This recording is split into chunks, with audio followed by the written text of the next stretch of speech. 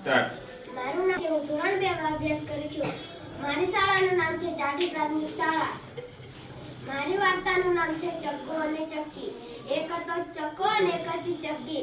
ચક્કી લાવી ચોખાનો દાણો અને ચક્કો લાવ્યો દાળનો દાણો. ચક્કી બેને ચૂલો સળગાવ્યો, તેની પર તપેલીને ખીચડી રાંધી.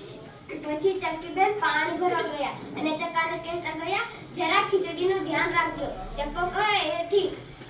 ચક્કી બેન પાણી ભરવા ગયા. થોડી વાર થઈ, ચક્કાભાઈને ભૂખ લાગી. તેણે થોડી ખીચડી ખાધી. એમ કરતા કરતા બધી ખીચડી ખાઈ ગયા. ચક્કીબેન પાણી ભરીને ઠુમક ઠુમક આવતા હતા અને ચક્કાને કહે, એ ચક્કા ચક્કા બારણું ખોલ. ચક્કો કહે, મારી તો આંખો દુખે છે, હું આંખો બાંધીને સૂઈ ગયો છું. તમે તમારી જાતે ઉઘેડીને અંદર આવો. ચક્કીબેન મૂંઝાયા. ઘડો હેઠો મૂક્યો અને હાથ નાખીને સાંકળ ખોલીને બારણું ખોલ્યું. પાછો ઘડો માથા પર ચડાવીને અંદર ગયા અને ચક્કાને કહે, મને તો ભૂખ લાગી છે, હું તો જમવા બેસું છું. એમ કહીને તે ખીચડીનું તપેલું ખોલે છે. એમાં ખીચડી ન હતી.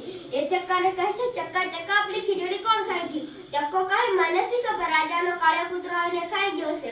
ચક્કીબેન ઉડતા ઉડતા ગયા રાજાના મહેલ તરફ અને રાજાને જઈને કહે, રાજા રાજા, તારો કાળો કૂતરો આવીને મારી ખીચડી ખાઈ ગયો છે. રાજા કહે, અહીં તો એને સરસ ભોજન મળે છે. મને શી ખબર, મને તો ચક્કાએ કીધું છે. એ સાંભળી રાજાએ સિપાહીઓને કહ્યું, જાઓ સિપાહીઓ, બોલાવો કાળિયા કૂતરાને. સિપાહીઓ તરત જ કાળિયા કૂતરાને બોલાવી લાવે છે. કાળિયો કૂતરો કહે, મેં નથી ખાધી ચક્કીબેનની ખીચડી, ચક્કાએ ખાધી હશે ને ખોટું ખોટું મારું નામ દેતો હશે. પછી રાજાએ કહ્યું, જાઓ સિપાહીઓ, બોલાવો ચક્કાને. રાજાના દરબારમાં ચક્કો તરત જ હાજર થઈ ગયો અને કહે, મેં નથી ખાધી ચક્કીબેનની ખીચડી. રાજા કહે, બંનેના પેટ ચીરો, જેણે ખાધી હશે એના પેટમાંથી ન હશે. કાળિયો કૂતરો કહે, હા હા, ચીરો મારું પેટ. સિપાહીઓ તરત જ તલવાર કાઢી. ચક્કો ઢૂસતા ઢૂસતા કહે, ભાઈ સાહેબ, મને માફ કર દો, મેં ચક્કીબેનની ખીચડી ખાધી. રાજા કહે, આ ચક્કાને કૂવામાં ઊંધો લટકાવો. આ સાંભળી ચક્કીબેનને બહુ દુઃખ થયું. તે રડવા લાગ્યા. રાજાના સિપાહીઓ તરત જ ચક્કાને કૂવામાં ઊંધો લટકાવે છે અને એ ત્યાંથી ગાયોનો ગોવાળ પસાર થાય છે.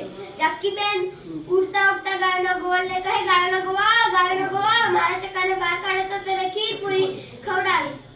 ગાયોનો ગોવાળ કહે, ના રે, હું નહીં કાઢું, રાજાએ સજા કરી હશે, એ સાચી હશે ને? ચક્કીબેન પાછા કૂવા પાસે જઈને રડવા લાગ્યા. એટલામાં ત્યાં ઘેટાનો ગોવાળ આવ્યો. ચક્કીબેન ઘેટાના ગોવાળને કહે, ઘેટાના ગોવાળ, મારા ચક્કાને બહાર કાઢે તો તને હું ખીર પૂરી ખવડાવીશ. ઘેટાનો ગોવાળ કહે, ના રે, હું નહીં કાઢું, રાજાએ સજા કરી હશે, એ સાચી હશે ને? ત્યાંથી બકરીઓનો ગોવાળ આવ્યો. ચક્કીબેન બકરીઓના ગોવાળને કહે, બકરીઓના ગોવાળ, મારા ચક્કાને બહાર કાઢે તો ખીર પૂરી ખવડાવીશ. બકરીઓનો ગોવાળ કહે, ના રે, હું નહીં કાઢું, રાજાએ સજા કરી છે, તે સાચી હશે ને? એક ઝાડ પર એવું બધું વાંદરી જોતી હતી.